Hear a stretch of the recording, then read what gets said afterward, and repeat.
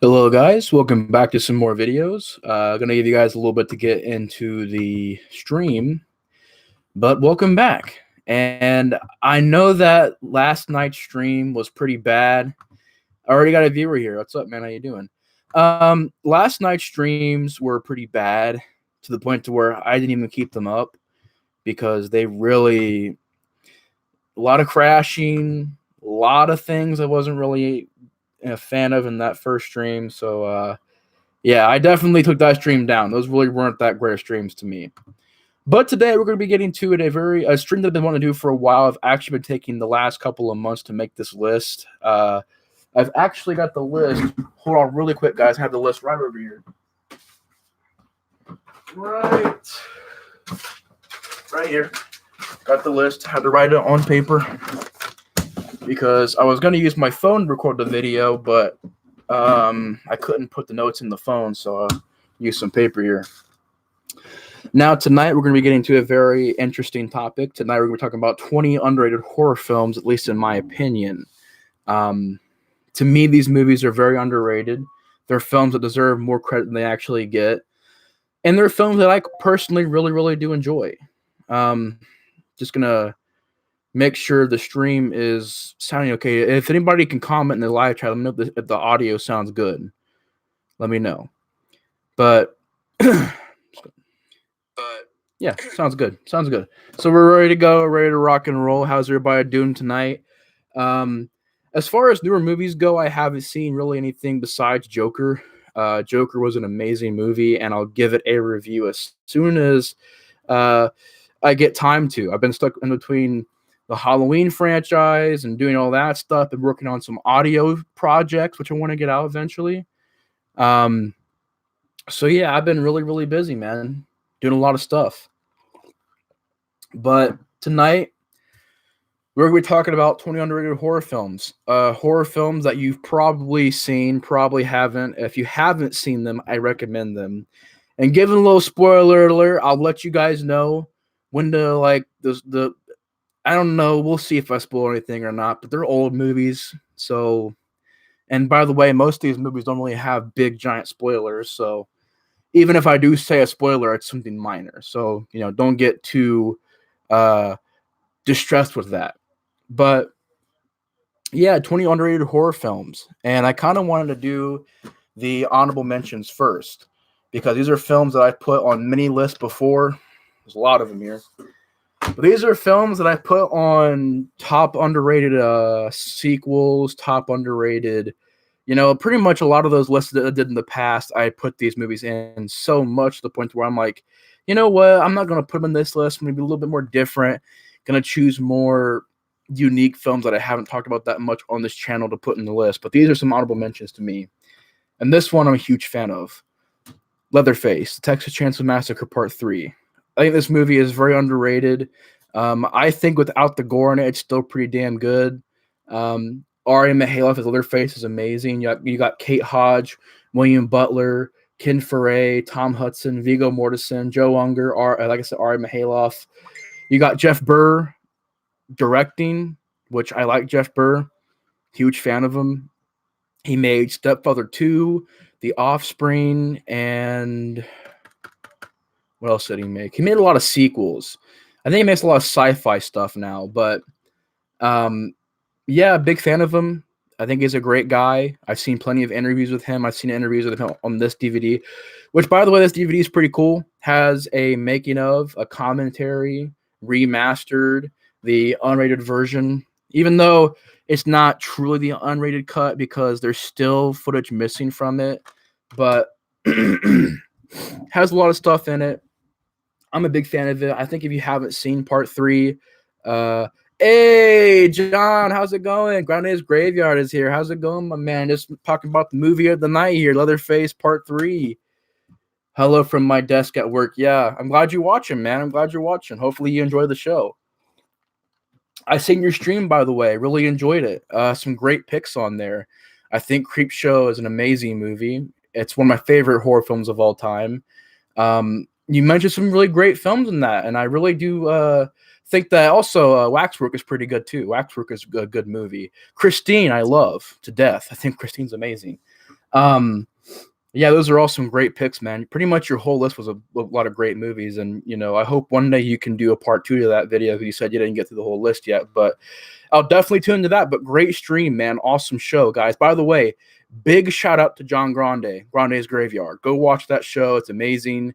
Ram Nation Radio. It's really amazing. His show is great. So thanks so much, John, for joining the stream and having me on this show. So that was really fun. But part 3, I think, has a lot of great acting to it as well. I mean, Viggo Mortensen, Kate Hodge, Ken Foray all do a great job in the movie. Ari Mihailov is really intimidating as Leatherface. He's this big, giant, brooding guy with like a 10-foot chainsaw. You have the cool chainsaw in the movie. Looks really, really cool with the saw his family on the side of it. Just awesome, man. Awesome.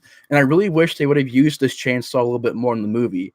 Because you think about it, it's a big part of the movie. It's part of the marketing and everything. It's part of what makes this a unique movie. But yet, it doesn't even come in the movie till like the third act. But yeah, I do wish it was more in the movie. But yeah, I love the teaser trailer. The lady in the lake, coming to the water. It flings out, lands in Leatherface's hand. Lightning strikes it. And then boom. Leatherface, Texas Chainsaw Massacre Part 3. It's really, really awesome. And the movie I thought was just, it doesn't really have the gore. And yeah, it is very similar to the first movie. It homages it a lot, but I think it still has a lot of solid stuff to it. And even though there have been people who, give it some good notice, like I know John, it's one of his favorites, which was pretty cool. I think Steve likes it. I think a couple other people I know like it or think it's okay. But it's one of my favorite ones, man. I mean, this and 2 and 1 are amazing. Part 4 is amazing in its own little way for being a batshit crazy movie. The remake, I don't mind. The prequel, I don't mind. 3D was but this movie I thought was very solid. It's a sequel that nobody talks about. Nobody ever gives any good notices to, but if you haven't seen part 3, I recommend it. So yeah, I'm going to try and speed these up because these are just honorable mentions. These aren't actually the list yet. These are just honorable mentions that I've put in previous lists a lot, so I figured that I would put them in the honorable mentions because I've already talked about them plenty of times. This one I haven't talked about too much, but I didn't make the list, but I want to talk about it anyways, and that is 10 Cloverfield Lane.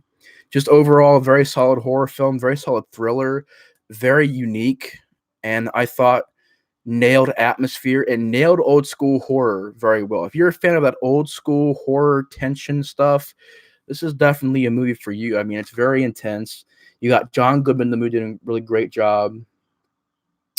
It's directed very well, produced by J.J. Abrams, has a decent cast. The lead girl in the movie does a really great job, which I think she would be in other movies as well, but I can't remember. Mary Elizabeth Winstead. I think she's from Final Destination Part 3, I think is what she's from. But Mary Elizabeth Winstead is great in this movie. She's a great lead. John Goodman is good. I know when it came out, it got a lot of hype, but nowadays nobody talks about it. John says, long live John Goodman. His performance was phenomenal. Yes, it was. It really, really was. I really enjoyed John Goodman in this movie. This is underrated. I mean, when it came out, it was talked about a lot. But nowadays, it really doesn't get talked about too much. It's a kind of a forgotten movie, which is sad because the Cloverfield Paradox came out, and I didn't really get into. I actually stopped watching it. John also says she was also in Final Destination 3 and the Thing prequel and the Black Christmas remake. I forgot she was in all those movies. Yeah, the Black Christmas remake and the Thing prequel. I remember her in the Thing prequel now. I don't think she was the best in those movies, but I thought she was solid in part 3 of Final Destination. I thought she did a pretty decent job in that movie. Pretty capable job. Not the best movie of all time, but also not horrible. But this sequel is definitely very good. I like the first Cloverfield movie a lot, but this is probably my favorite of the series. Just a solid thriller. Very solid. Underrated. Nobody talks about it anymore. So that's 10 Cloverfield Lane. The next movie is one of my favorite horror films of all time, and I think never gets mentioned. And I don't understand why. This movie just nails atmosphere and nails tension and nails a lot of great things, and that is the Scream Factory release of The Exorcist 3. Now, there are plenty of fans of this movie out there. If you're a fan of Exorcist 3, this is the best thing you can pick up for this movie. This really is the best thing. Looks great, sounds great, crystal clear 2K scan. Granted, not 4K, but still, 2K is pretty good. You have a just flood of features. You got old features, new features, commentaries, trailers, poster and still galleries. You've got also the Legion cut, which is the first time I've ever seen this cut where it was the original movie that was intended for Exorcist 3. Personally, I'm in the minority. I like the theatrical cut of Exorcist 3 the best. Legion, I'm not a big fan of, I'll be honest. I just wasn't. I like the demon aspects. I like the added on stuff, the exorcism scenes. I thought it made it more of an exorcist movie and really added on to the movie, in my opinion. Legion was just a more slower. I just didn't like the alternate takes from Brad Dourif compared to the theatrical cut. And it's like a lot more rougher than the theatrical cut. But if you're interested in Legion, check it out. It's the Legion cut. It's a whole different cut of the movie, and it's finally on here. And one day I do want to review Legion cut. But yeah, like I said, crystal clear, sounds beautiful, and this was a very cheap Blu-ray. I paid around $16 for this, so it was a really good steal. So if you're a fan of Exorcist 3, this is out there for you. It's a beautiful film and a beautiful Blu-ray. This is a film that I've covered in underrated sequels list before. This is another honorable mention. There's got a lot of them here, so I'm going to go through them really quick. But Boogeyman 2, I think, is a solid slasher film. This is a movie that nobody talks about. And nobody ever mentions how it has a cool concept, how it has a cool looking killer, how it has a cool setting. You got Tobin Bell in there. You got a lot of great stuff. Overall, very fun slasher film. And it's better than Boogeyman 2004. And it's a hell of a lot better than Boogeyman 3. And it's a hell of a lot better than the original Boogeyman movies. Like, literally, the Boogeyman franchise is like Children of the Corn. You got, like, one good movie, and the rest are either or suck or garbage or utter crap. So, yeah, Boogeyman 2 has nothing to do with parts 3 or 1. So, if you want to watch this movie, it's kind of its own film, has no connection to parts 3. So, yeah. And John says here, it's a lot better than Boogeyman 2 from 1980s. Yeah, I haven't seen that. I have a box set of Boogeyman movies. Not a box set, it's a collection set. And it has Boogeyman and Return of the Boogeyman. And Return of the Boogeyman is part 3. So they didn't even put part 2 in that. So yeah, that was really bad. But yeah, Boogeyman 2, decent sequel. Decent. It's not a phenomenal movie, but when I first watched it, the unrated director's cut, the gore, the kills, the asylum setting, decent to me. This is one that throughout the years hasn't gotten the best thing said about it, but I remember the first time I seen this movie, I really enjoyed it.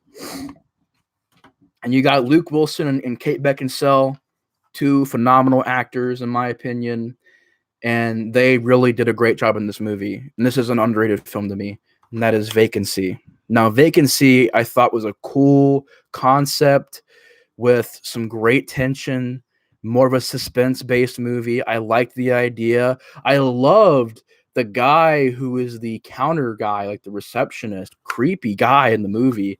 And Vacancy 2 is an okay movie, believe it or not. I don't hate Vacancy 2. I think it's actually an okay movie, but this is better. This is way better than Vacancy 2. I think it has style to it. If I have any problems at all, it's probably the score. Didn't really like the score. Didn't really like the atmosphere too much. It kind of felt like a generic atmosphere. Kind of had its own cliches in it, but, and also I didn't like how certain people die in the movie. But, it is for what it is. It's a pretty good horror film. I think it's underrated. Love Vacancy. Very good, in my opinion. This next movie, I think it's just batshit crazy, and I love it for that. And that is Feast. This is a movie that, if you haven't seen it, you are missing out. You need to see Feast. Fuck Feast 2. Fuck Feast 3. Those movies can go fucking rot in movie hell. This movie is what you need to see. Feast is a fun blast with gore, with fun stuff in it. It's just a crazy, crazy movie.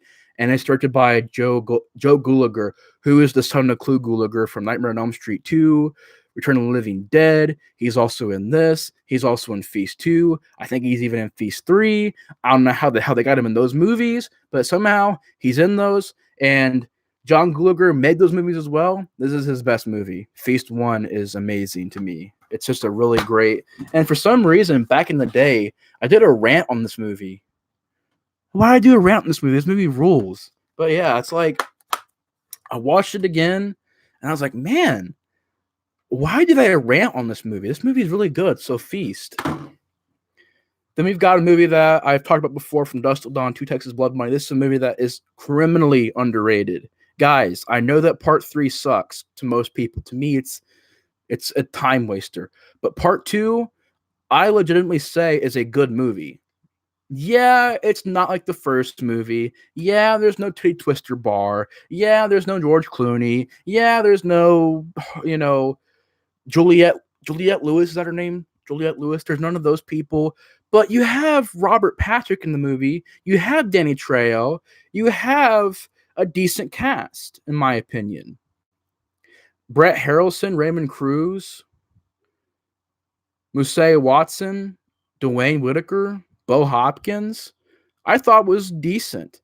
And the movie, I thought the only problems with the movie is the CGI and the music.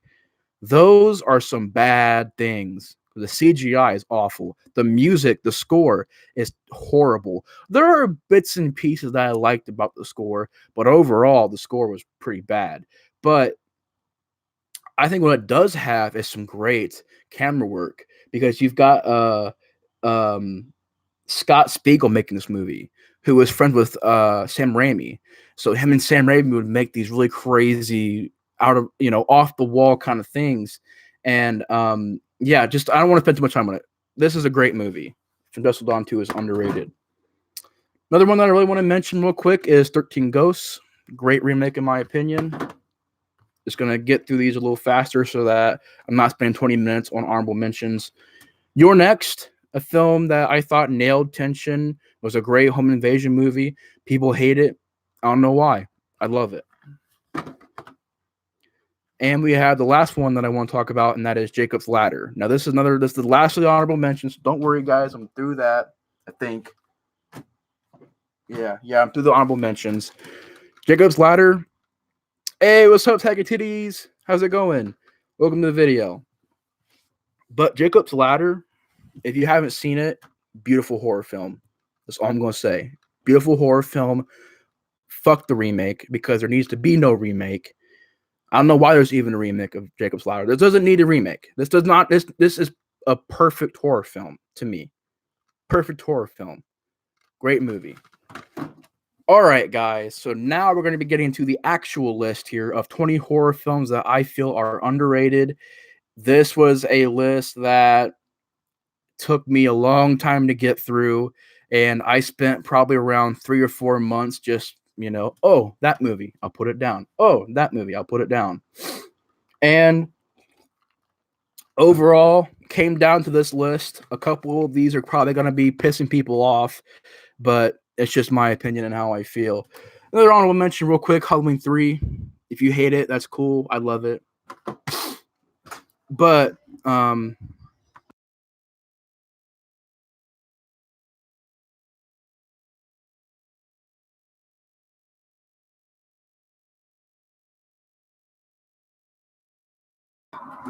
sorry about that.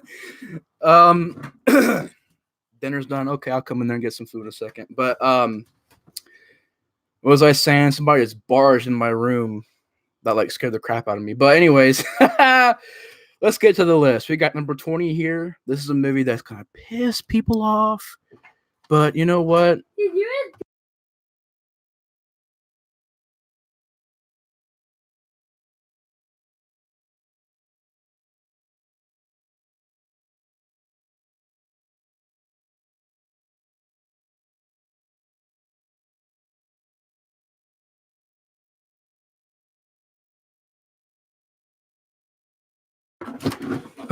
Sorry, guys. Somebody keeps barging into my room without even asking me. Tell them, hey, I'm streaming. But let's get into number 20. I just spoiled it. Van Helsing from 2004. Now, this is a movie that a lot of people don't like. And I know people are like, really? That movie? It's a fun movie. It's a fun creature feature film that I think, not creature feature, but you know what I mean. It has some old school throwback monsters in it. The guy who played Dracula, I didn't mind.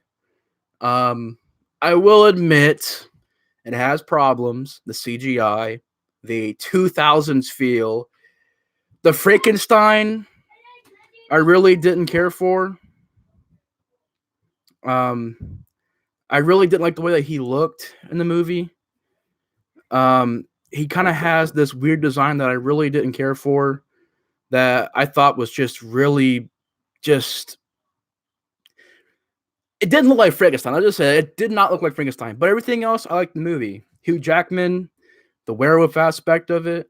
I like how it was dealing with vampires and werewolves and creatures. I like that stuff, and it's an action movie. Has some great action.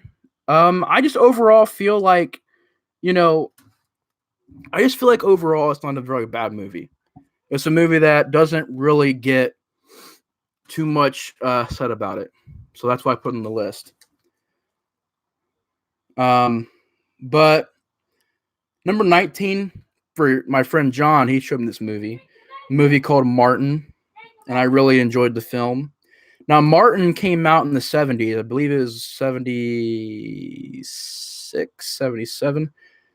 Sorry about that, guy. My little brother found that I'm streaming. Now he wants to come in here and stream with me. But, you know, he can't do the stream. But, you know, that's okay. He just knows I'm streaming right now. But Martin is a film that my friend John told me about. And I never heard about Martin, ever. Never heard of it. Never knew what it was about.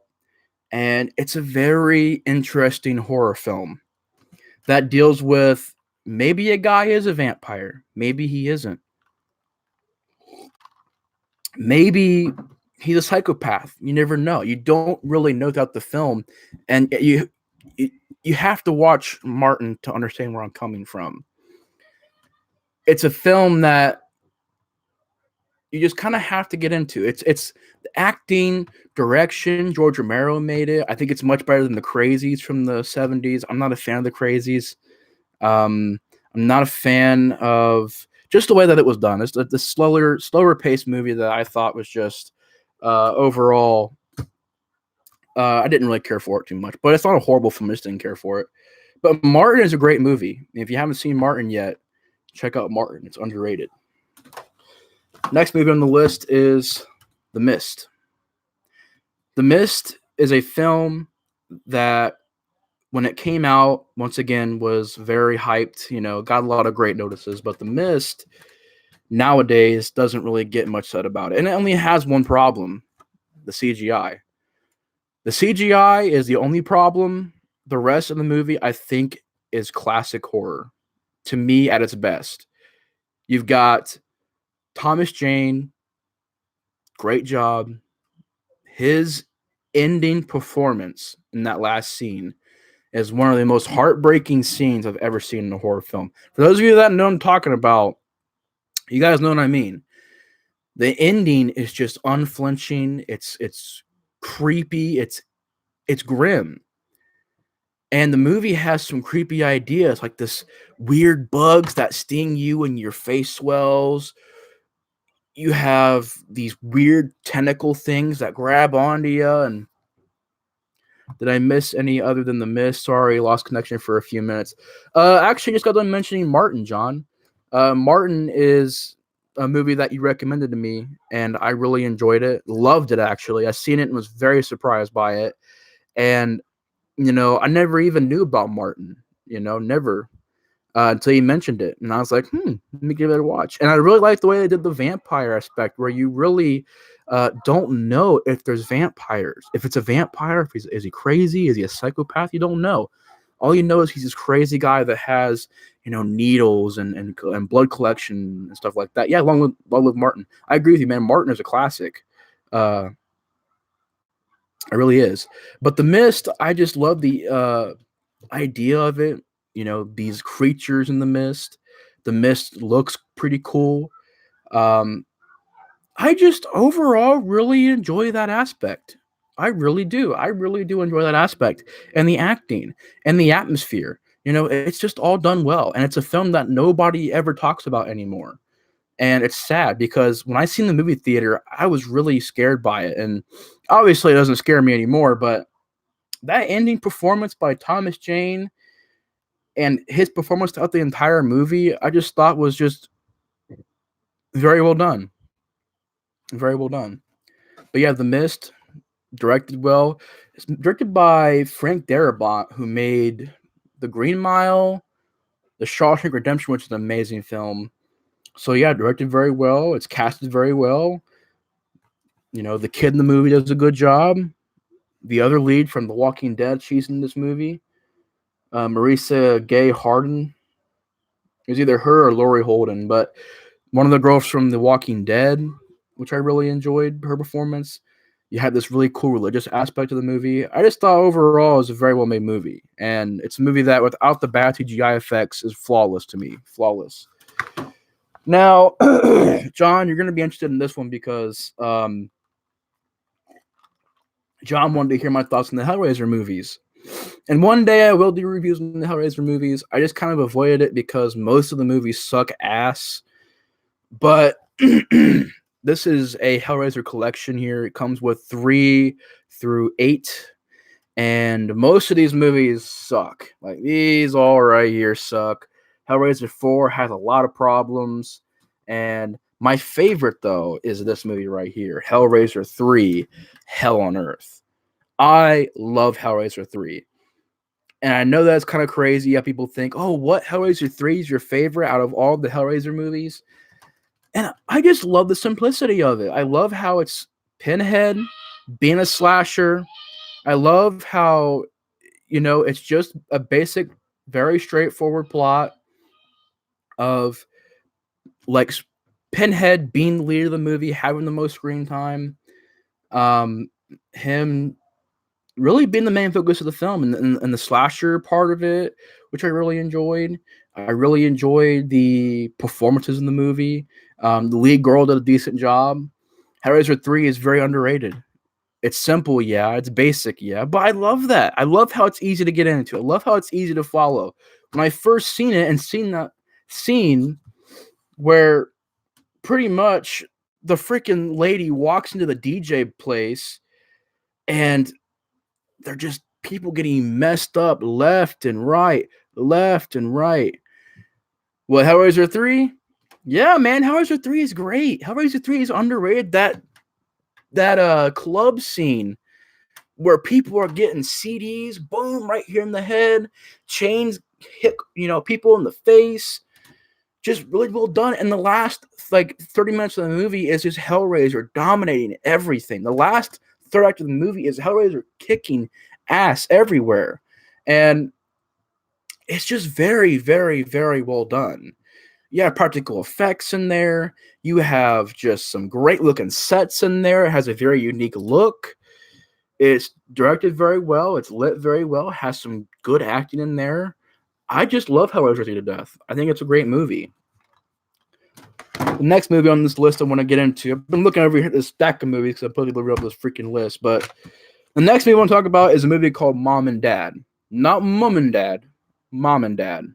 Nick Cage and what was her name? I can't remember her name, but Nick Cage, another really famous actress. Now, Mom and Dad, as I'm choking on ice over here, trying to kill me, but Mom and Dad is a very good movie with a great plot. And I remember when I sat down and watched this movie, I'm like, I've never heard of Mom and Dad ever. Like, what is this? Why? Like, what is this movie? And it's a movie about these people when they hear these like radio signals, it messes with their mind and they kill their kids. But when they're killing their kids and they get done killing them, they go on with the rest of their life. It's no problem to them. They don't get bothered by it. And the way it's done is just creepy. It's a great idea for a horror film. And Nick Cage, of course, is hamming it up. Does a great job. Being Jack Nicholson, he's just doing great in the movie. The lead girl, the mom, well, she's not really the lead girl. The daughter's really the lead girl of the movie. But the family was good. The acting was good. The just overall way it's done was pretty good. I really enjoyed Mom and Dad. Then we get to a film called Warlock. This is a movie that not a lot of people know about. And if you haven't seen Warlock, it's a fun time. I mean, you have a really bonkers idea, but you have some good stuff in it that I remember really enjoying about it. I haven't seen it in years, but it really is a good movie from what I remember. And I remember really getting to the lead actor and how bonkers it is. It's a Clive Barker film, I think is what it is. And I personally love Warlock. It's a movie that never gets talked about. Nobody knows about Warlock, but it has Warlock 2 and 3, but really, I don't think it needed sequels. But Warlock is fun. It's fun. It's a lot of fun, man. I think it really does have a great sense of what it's trying to be, and overall, just a film that I enjoyed. So Warlock. Then we got Shocker from 1989. Shocker is underrated. Shocker is hated by many horror fans, and I don't understand why. You got Horace Pinker in the movie, Mitch Pileggi doing an amazing job. You got the awesome effects in the movie. You got Wes Craven doing a great job. You got a great soundtrack, some great effects, some cool ideas. Yeah, Shocker is finger licking good. I'll drink to that. It's finger licking good. I love Shocker. Love it to death. It's a fun movie that gets a lot of hate. And if you're a fan of it, they have Scream Factory release out right now.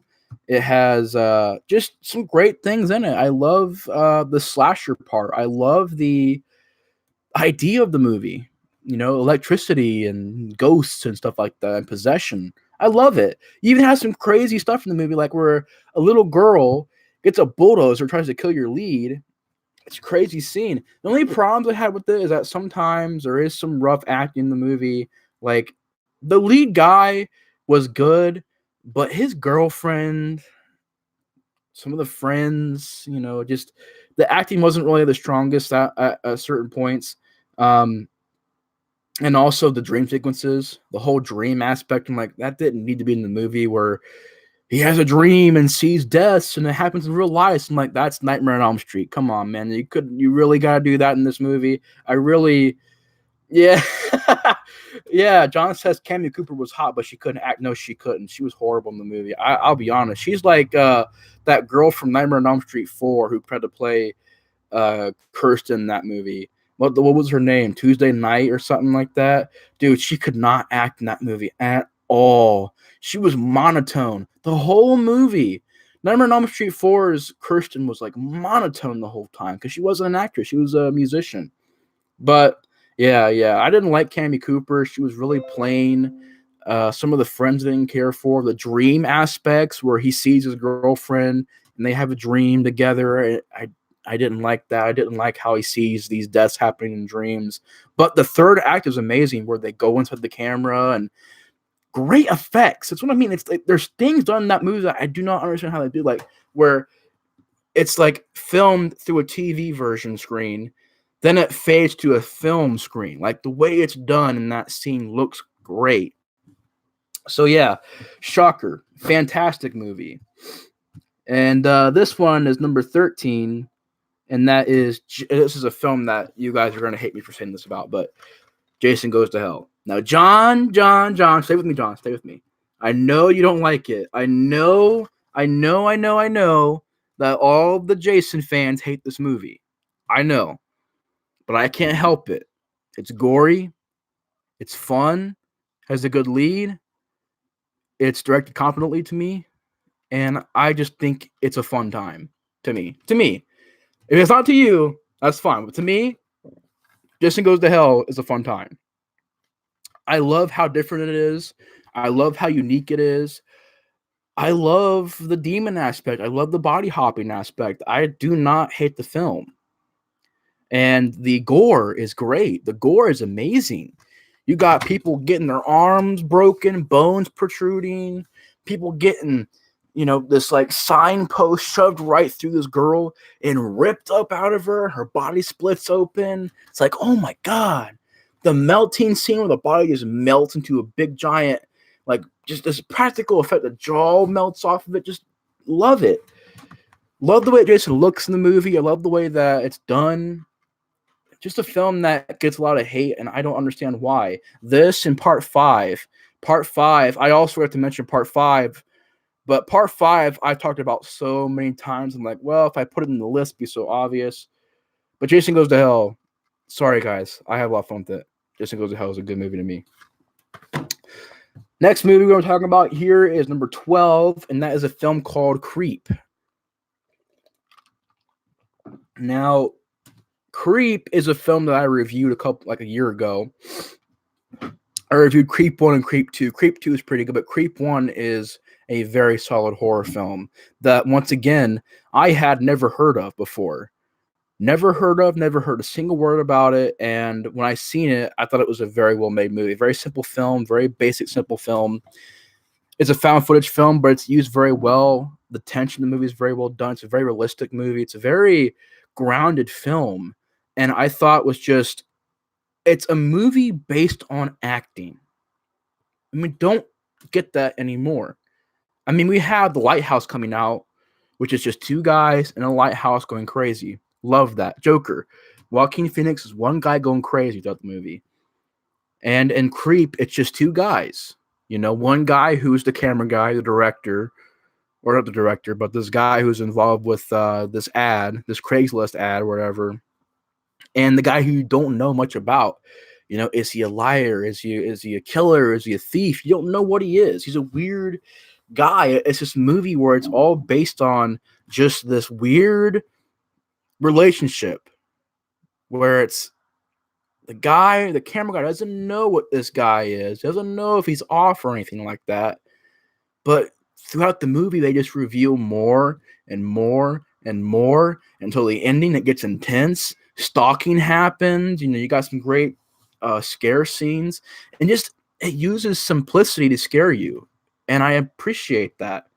I appreciate how smart it is. I appreciate how it plays around with the expectation of the viewer, and I just think overall it's a very good horror film that's underrated, doesn't get talked about at all.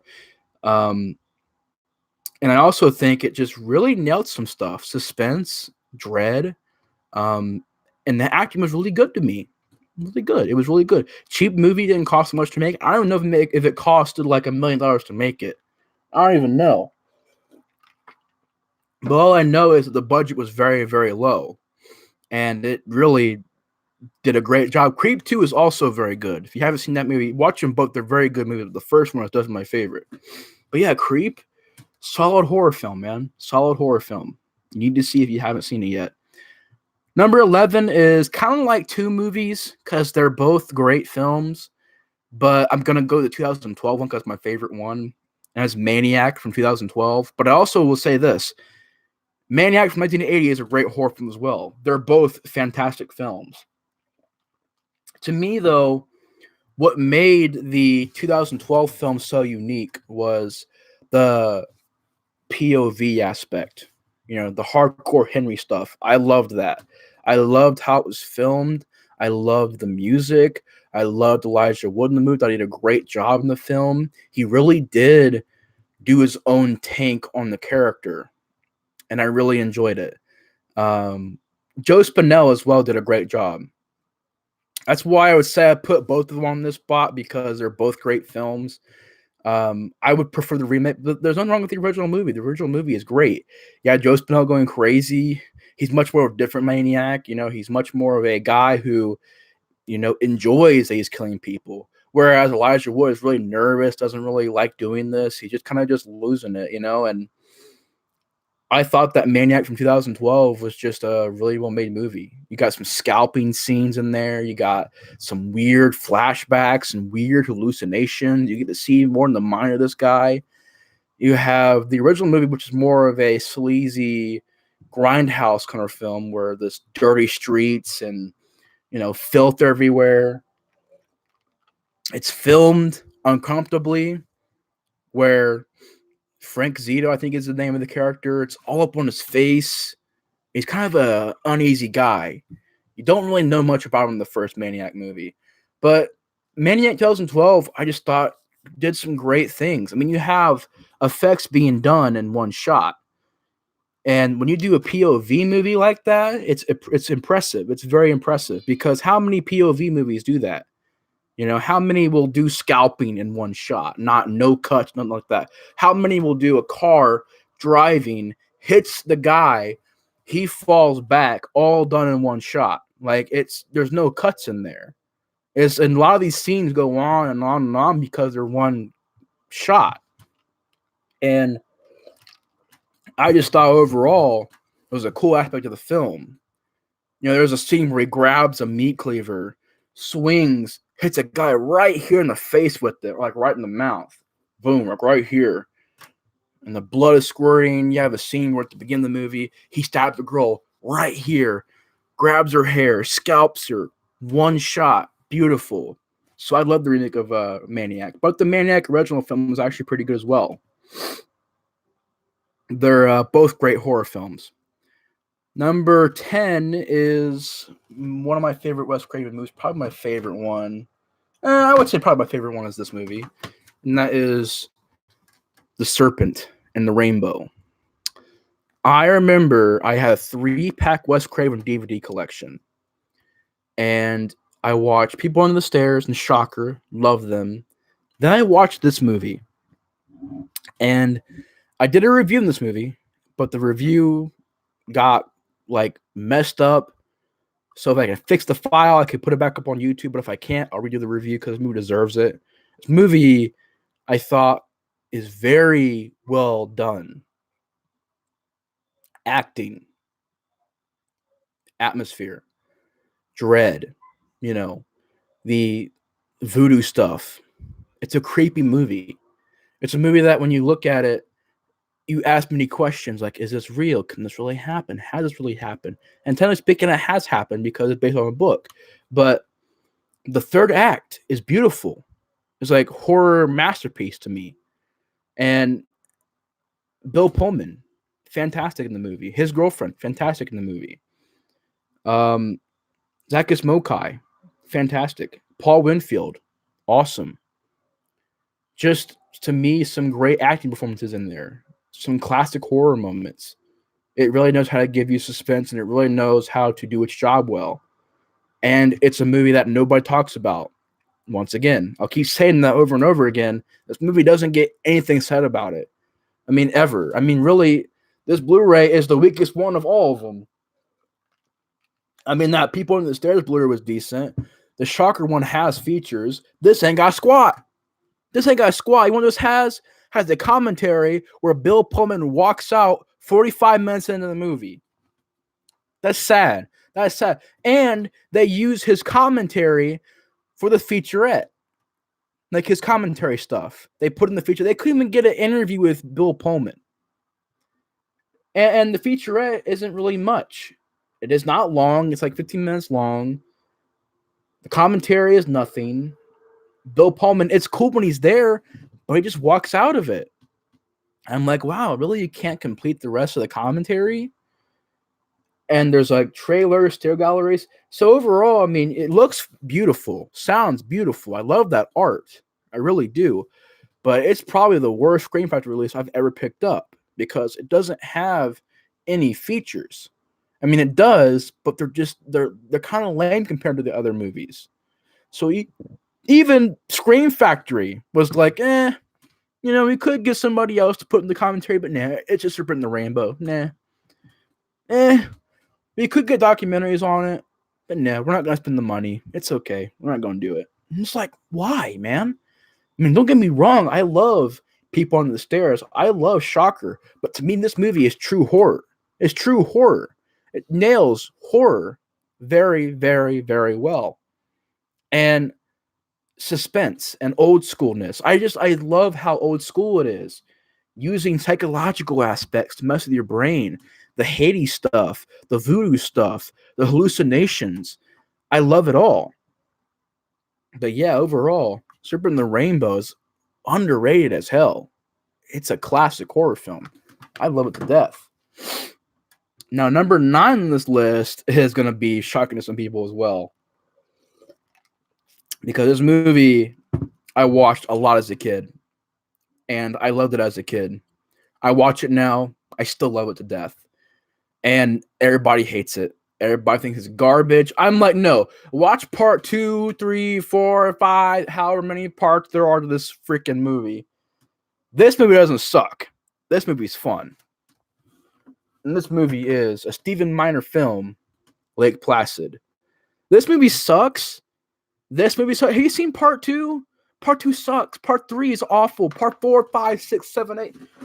You got to the point where now you're having this verse Anaconda and verse Python, whatever his movies are. Lake Placid 1 is not bad.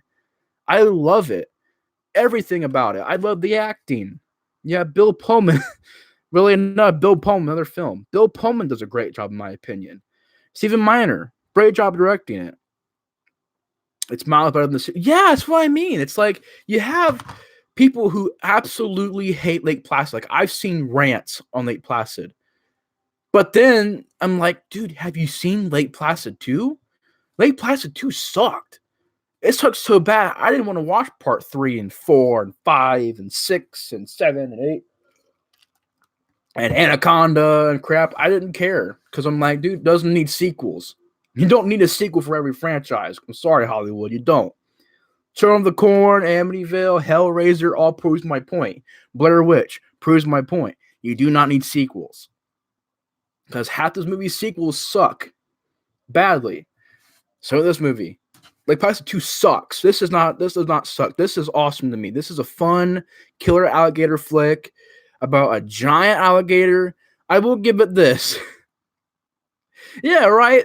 There's a sequel called the Lake Placid, the Final Chapter. It's not. They made more after it. So I'm like, you liars. You liars. The only movie that could get away with that because it's so goddamn good is part 4 of Friday the 13th. That's the only movie that can get away with that.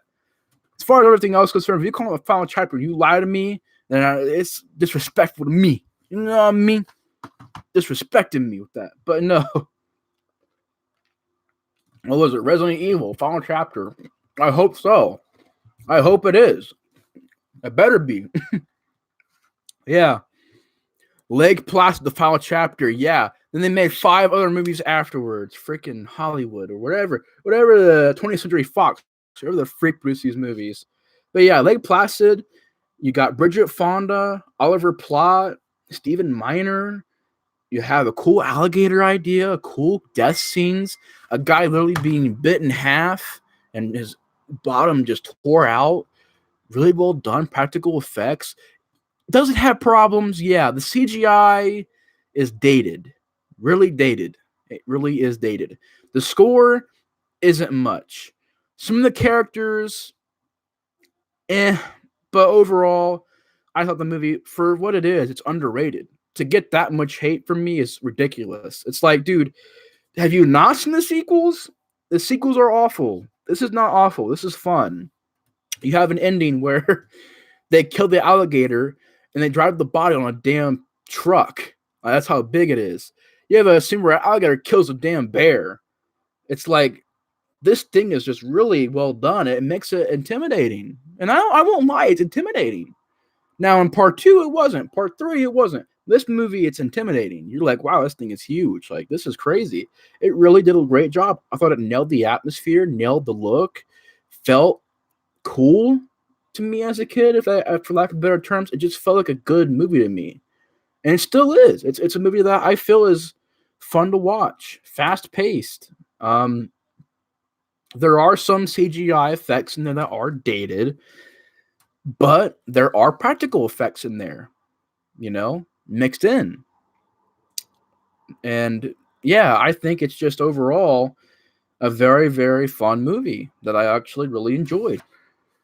Hopefully, this is working. Is this working? Am I gone? Am I back? Am I gone? Is this working, guys? Let me know if it's working or not. Hold on, guys. The stream just crashed for me, so the stream just crashed for me, so the stream. Yeah, we're working. We're back. We're back. We're good.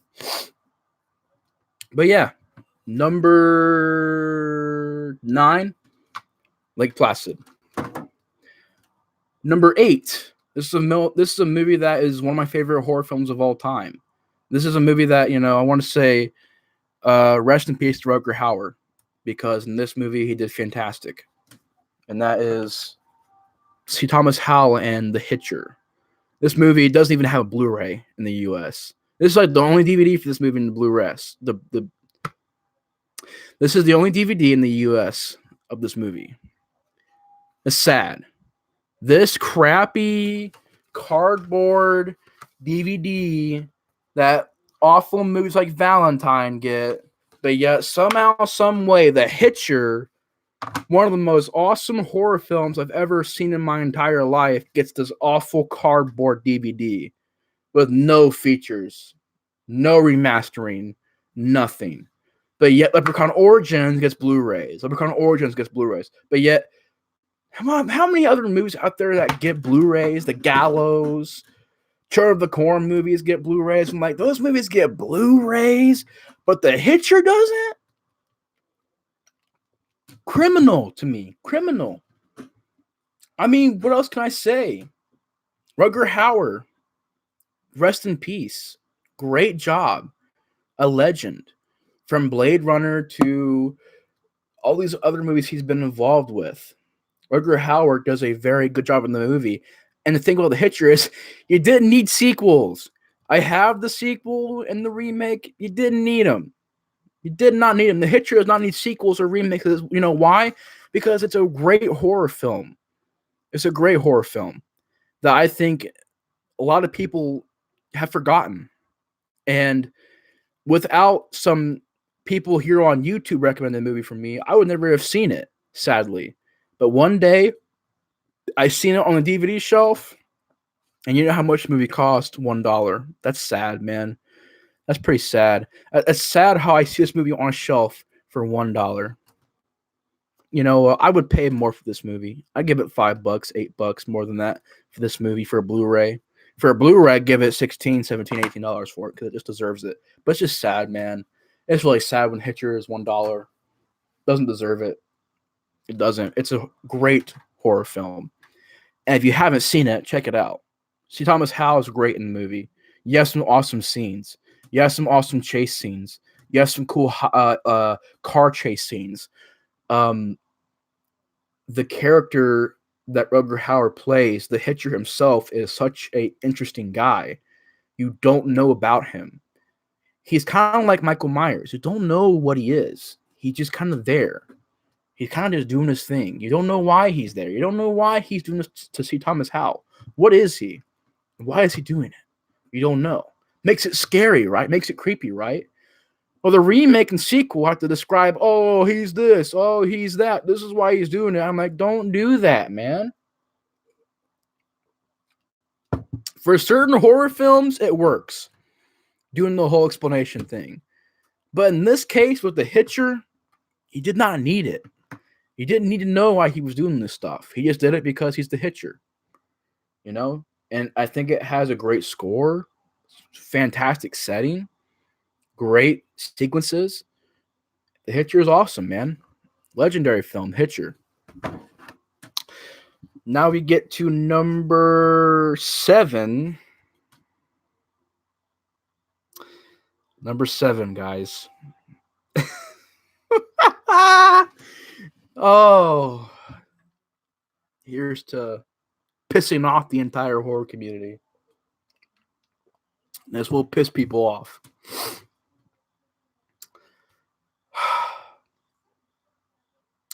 I'm a fan of Dracula 2000 a lot.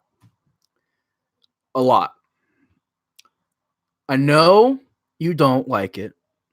Not just John, not just Saggy Teeth, not just anybody out there. Everybody out there. I know you hate it. I know it's bad in your eyes. I know. But it's a fun movie to me. It's a movie that you have Gerard Butler playing Dracula. I thought did a great job. I loved the 2000 stuff in it.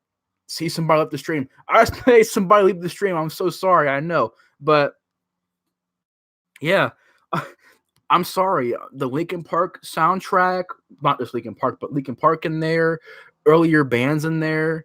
The soundtrack is great. The I like the way the movie looks. I like the way the movie's shot. I like the like I said, Dracula's brides and stuff like that idea. Now, I will say this: is the acting great? No. The lead in the movie is like wind, like you're like literally you make her invisible. That's about as much presence she has on screen as an actual movie. It's a piece of cardboard there. Cardboard cutout is our lead. I will admit that. The whole casting, the girl from what was it? She's like a pop singer. She was in the movie. Casting pop singers and early faces. I didn't care for that. Like the brides, actresses that played the bride, you had to get people from like, oh, we had to get this person, that person, this person, that person. Like, really? You have this guy trying to kill the vampires, and he's the second lead, which I didn't mind him. I didn't mind him. I did not mind him. He did a decent job. The beginning of the movie, I didn't mind. I think overall, Dracula 2000 is a pretty underrated film, in my opinion. But like I said, I know you fucking hate it. Everybody hates it. No, you don't know what I hate? Dracula 2 Ascension and Dracula 3 Legacy. Yeah, this movie got sequels. That's another thing, man. You hate this movie? Watch Dracula 2 Ascension. That sucks. Watch Dracula 3 Legacy. That sucks. Yeah, those suck. This movie is just fun to me. I think I could just sit down and watch it for what it is. It's a 2000s horror film. Early 2000s hip MTV Dimension Miramax horror film. But I can have fun with it, man. Gerard Butler, certain scenes, it's fun to me. But yeah, before I get the whole comments flooded with hate, let's get on to number 6. Because, yeah, let's get past that. Number 6 is a film that I was supremely surprised when I first seen it. And I still love it to this day. I think it's one of the best horror films from the 2010s. And it gets a lot of hate because I think of when it came out and the time period it came out and when these movies are being made. But I truly do think this is a very unique horror film. It's a film that kind of separates itself from other films in that genre at the time. And that is Sinister from 2012. Now, this movie, I thought it has problems. Let's get into the problems real quick. The CGI is horrendous. I won't stand for it. It's horrible, horrendous CGI. The jump scares are bad. They're horrible. None of them work. Well, there is one great jump scare that I would not take out of this movie. There is one jump scare that gets me every single time that I think rivals Exorcist 3's jump scare. And that's a very big leap, but we'll get to what I'm talking about in a second. But yeah, overall, I loved the cast, Ethan Hawke and his girl, the deputy character. I liked the idea of the movie. The 8mm segments are very well done. The soundtrack is pretty good. You got some good direction in the movie. Looks good. Very well shot. Also, I know it's like, why would Ethan Hawke move his family in there? Why would he risk that? I know. But the film overall kept me engaged. It was intense. It was thrilling, not thrilling, but it was intense. It was grim. It was dark, and the soundtrack, the way the movie looks, the way it's done, I just overall love Sinister. I mean, it gets locked in there with other films like, you know, Insidious and The Conjuring, but it's really not like that. It's much more darker than those movies. But yeah, I love Sinister from 2012. Big fan of it. Put that over here. Next movie is The Blair Witch Project. This movie did not need to have sequels. It does not need a franchise. Make no more, because Blair Witch 2 sucked. Blair Witch 2016 sucked. This gets a lot of hate, but I love it, because to me, this is how you do it right. This is how you do a found footage horror film the right way. Suspense, acting, tension, truly creepy moments. Truly creepy. There is a scene in this movie where they're in their tent and there are babies crying and they're like surrounded, and they get out of their tent and they start running. And Heather says, what the fuck is that? What is that? You don't see it. You're wondering what's going on, what's happening. Then before you know it, Josh goes missing. And then they're trying to figure out where he's at. The end of the movie with the house, where they're going to the house, trying to figure out what's going on. It's just very, very well done. John says, I wrote a 3,000 word thesis paper on this movie. Greatest thing I ever wrote in college. Yeah, that's awesome, man. If you did that, that's pretty cool, man. I'm glad you did, because the movie deserves that, man.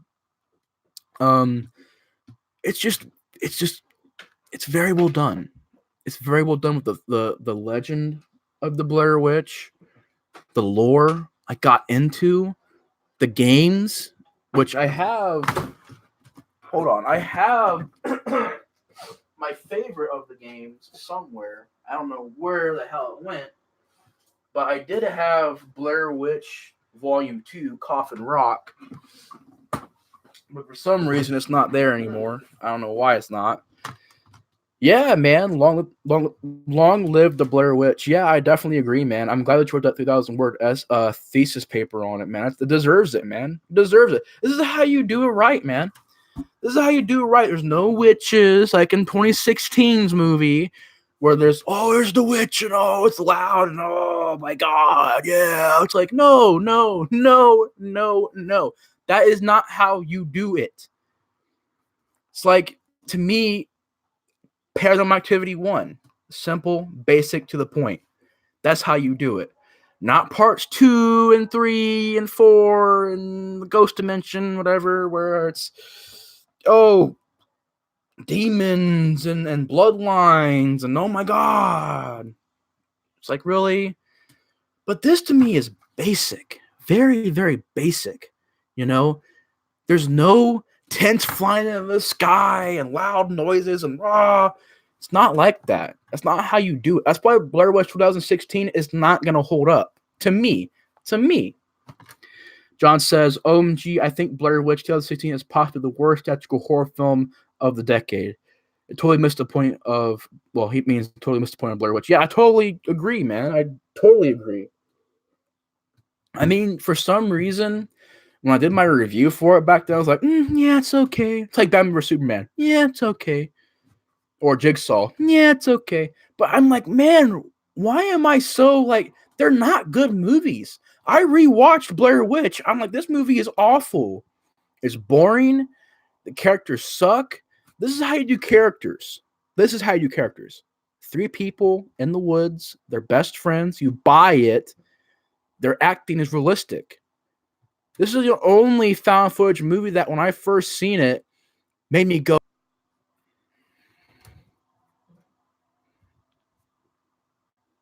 It just crashed for me. Come on. Am I back? What is going on? Come on.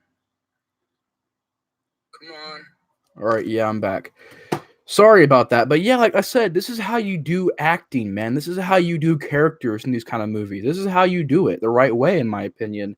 And I just overall thought this is how you do it the right way. 2016 Blair Witch is not how you do it the right way. It's not.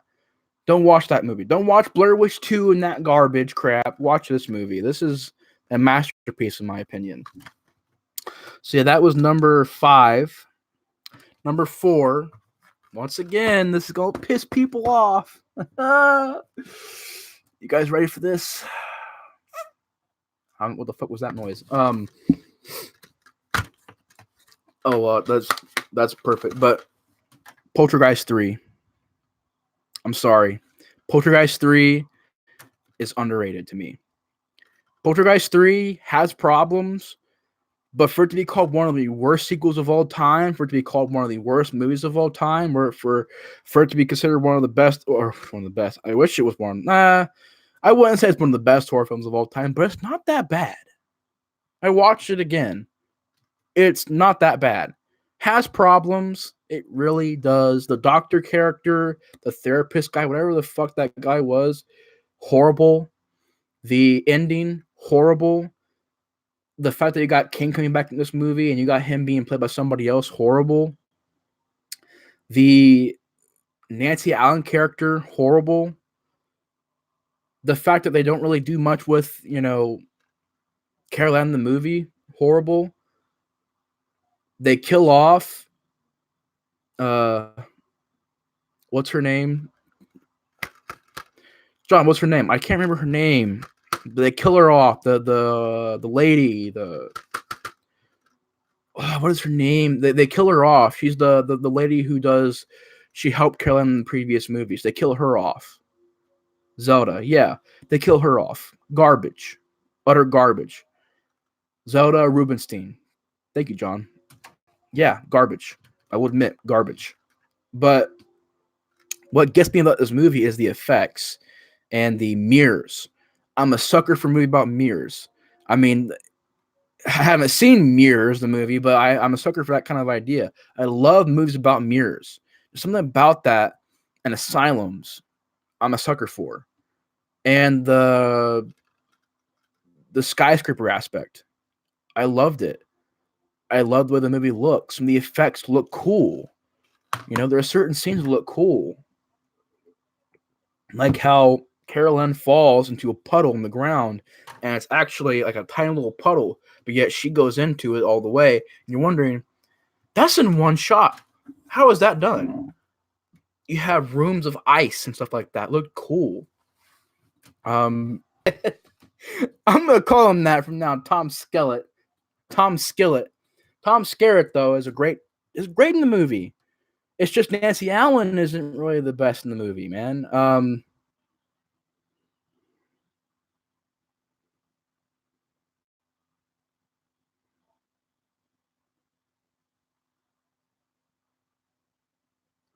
I don't know what's going on with the stream, but either this internet sucks or YouTube sucks. I don't know what to blame on this situation.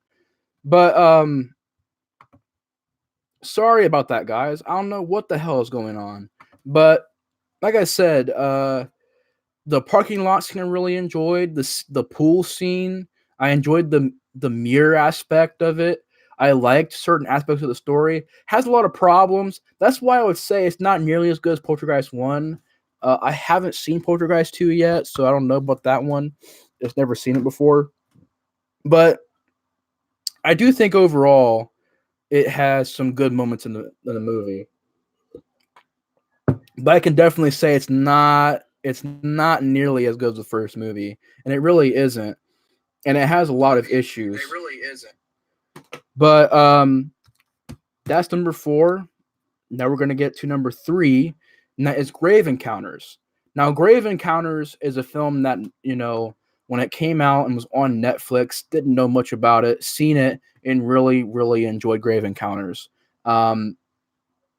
It's a film that I think really nails the found footage aspect. Is it the best found footage ever? No, but it is pretty fun. it is entertaining. It's a popcorn ghost movie with cameras and a paranormal show going on. And I thought that was really well done. I thought overall, just Grave Encounters is a fun time. It gets pretty intense at times. I love the idea of how the asylum kind of shape shifts and morphs into different things. I like that idea. I like how the ghosts play mind tricks with them. I like how the characters kind of go insane in the movie. So it's kind of like Blair Witch Project, but if Blair Witch Project are a little bit more like in Blair Witch Project, you don't see any ghosts or any witches or anything like that. But take the intensity of Blair Witch and put in like they go through a door, and what once led outside is now a wall, like a brick wall, and how it's been 2 days, but no sunlight. I'm like, that's a cool idea, going down these tunnels underground, dark atmosphere, people disappearing out of nowhere. Like, where'd they go? That's creepy. These ghosts that appear before them and they're bloodied up and creepy looking. Their faces kind of stretch out and jump scare. And I thought the jump scares work. I thought the acting worked. I thought the atmosphere worked. So I really enjoyed Grave Encounters a lot. Number 2 is Silent Hill. Now, Silent Hill is a film that gets a lot of hate, but I think is my favorite video game adaptation film. Mortal Kombat is very well done. I enjoyed the Super Mario Bros. Film. I thought Doom was pretty bad. I can't remember. Assassin's Creed looked pretty shitty. I'm surprised they never made a Halo movie, though, if I'm being honest with you guys. But Silent Hill is very well done. It has the atmosphere of the games. It has the locations very well done. All the sets are very well done. CGI doesn't look that bad to me, except for a couple scenes. Acting was pretty good. I liked how Rhonda Mitchell was in the movie. She did a great job. Sean Bean, great job. Laurie Holden, great job. You have the girl from Orphan in this movie, which she would be an orphan. She'd be in Case 39. She'd be in plenty of horror films afterwards. Great job by her. Has a good soundtrack. Has great creature designs.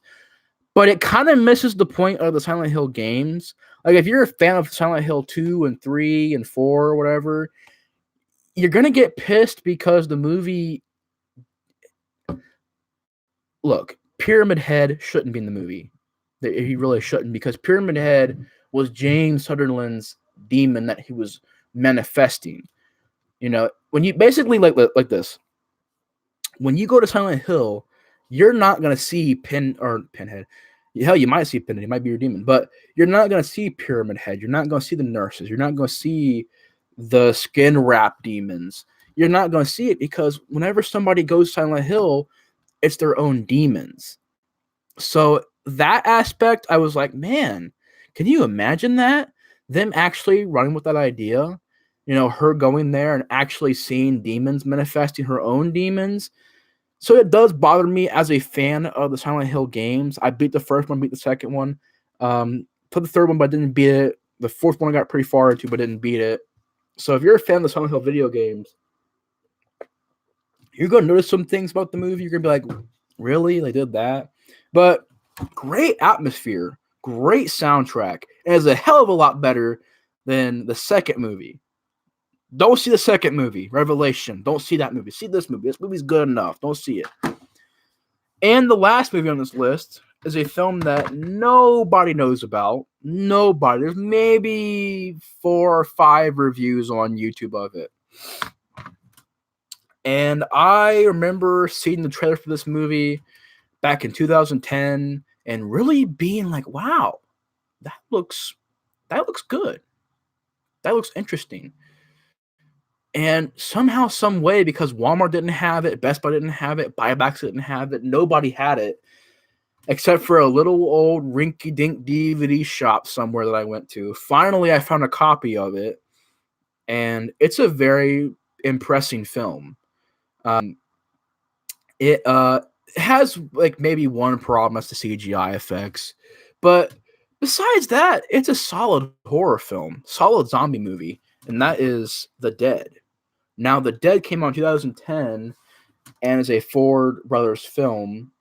And I thought, just overall, a very interesting film. If somehow, some way you can get your hands on this DVD, definitely give it a watch. I mean, The Dead is a movie that nobody knows about, but you have some good things in this movie, like the African setting.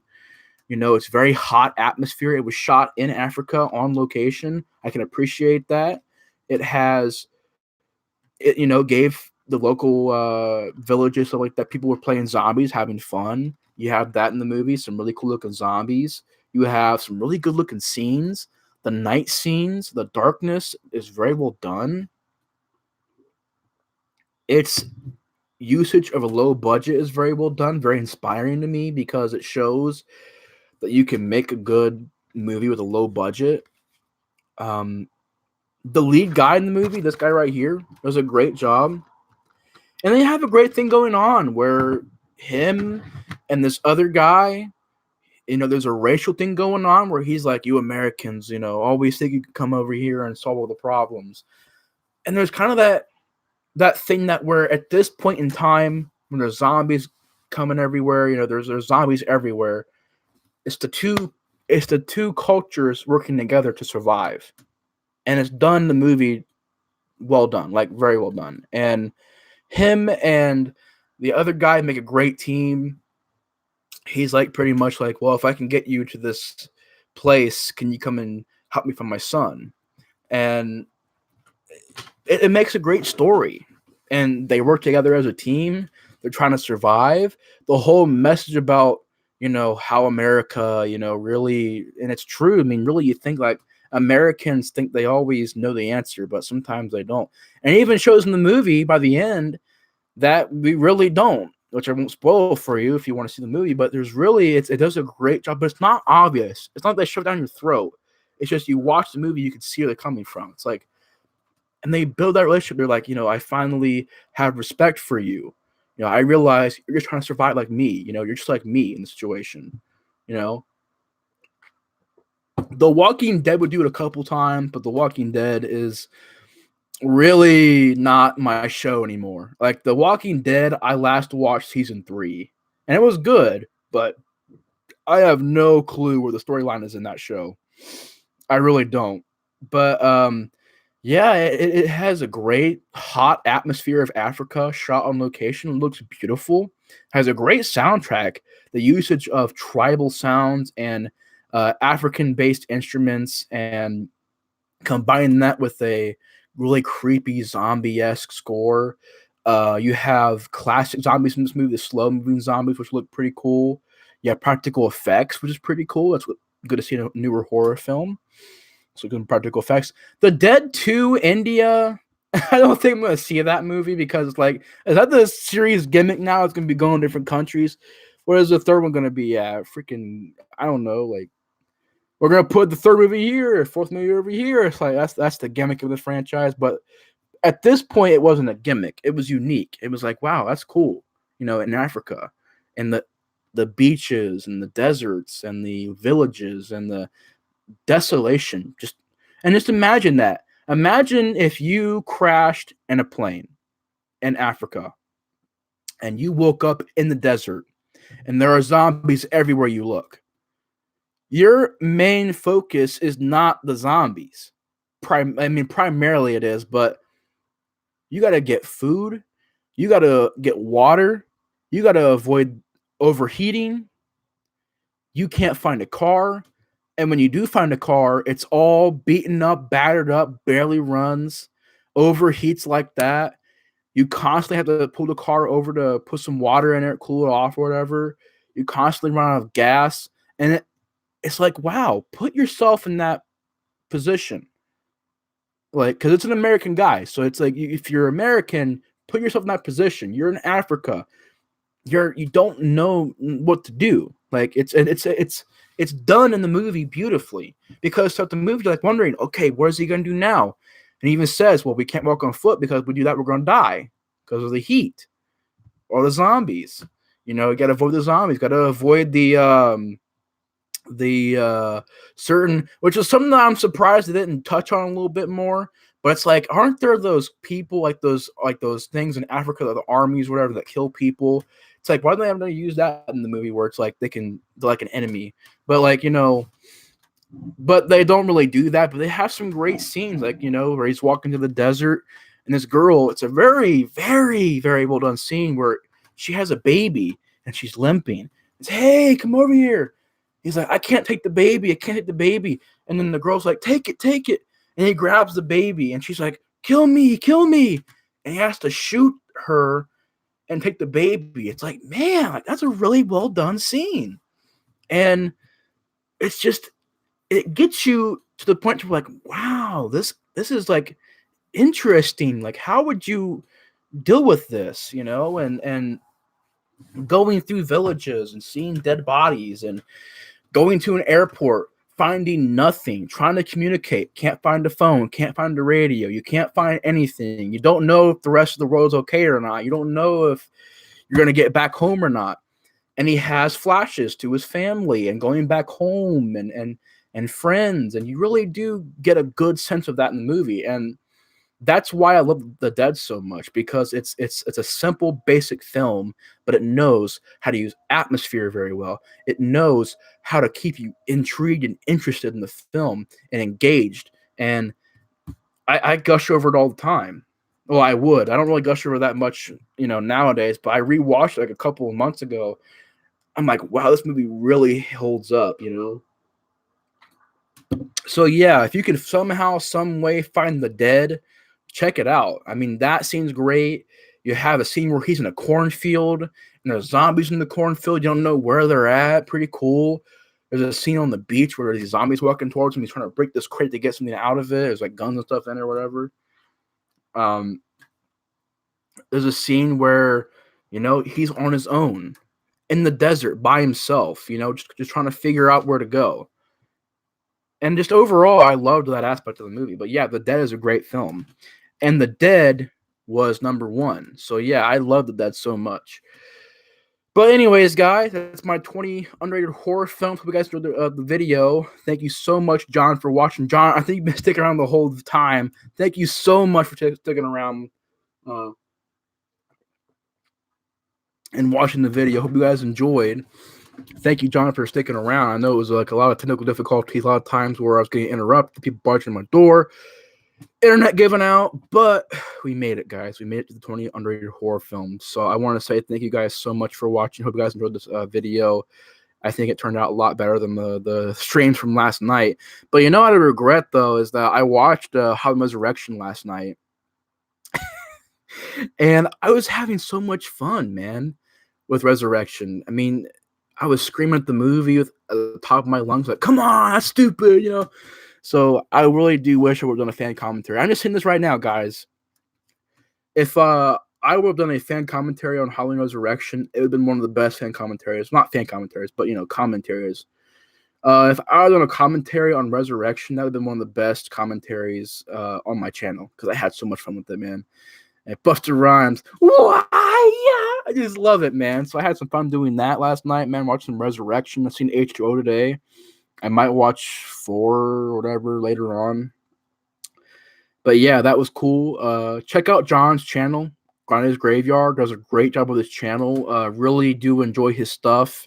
And John, once again, thank you so much for watching. Okay, for some reason on here, the chat is like disabled, but on my phone it's not. So let me read this chat real quick. The only movie on this list that I haven't seen comes in at number 1. This is awesome. Yeah, check out The Dead, bro. The Dead is a great film. And it just shows that you don't need a big, giant budget to make a good horror film. Really well done. Great video, rock on. Thank you so much, John, for watching. 2 other people watching, thank you so much for watching. Mr. Taggy, thanks for watching. And it's been fun. And I'll see. Guess what I'm doing tomorrow, guys. Creep Show 3 commentary. That is going to be fun. But yeah, stay tuned for that, guys. It's going to be a fun time. I don't know. Is it on YouTube still? Let me check this real quick before we end the stream. I want to check and see if this is on YouTube or not, so that you guys can join me on that if you guys want to. We can all suffer together against Creepshow 3 and have some fun hating our lives or watching the utter shitness on our screen. But let's. But I want to do a Creepshow 3 doc, or hell no, I would not do a Creepshow 3 documentary. Never. But I do want to do a Creepshow 3 commentary because I am in that destroying mood again, and I just want to see. I want to see what would happen if I would watch that movie again because I haven't seen that movie in years. Is it on here? Yeah, it is on here. It's been on here for a long time. I mean, over a year. 2 years ago for one of them.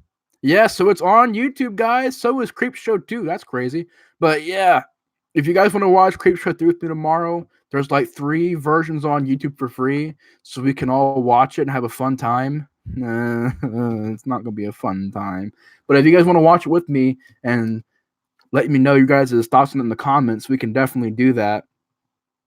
Just pray for me, guys. Pray for me with that. But anyways, guys, thank you so much for watching. Stay tuned for tomorrow's stream. It'll be a fun one. I hope you guys enjoyed this video. I'll see you guys later. Thank you so much. The Explorer of Horror is out. John, rock on. Saggy Titties, rock on. Everybody else, rock on. You guys all rule. I'll see you guys later. The Explorer of Horror is out. Bye.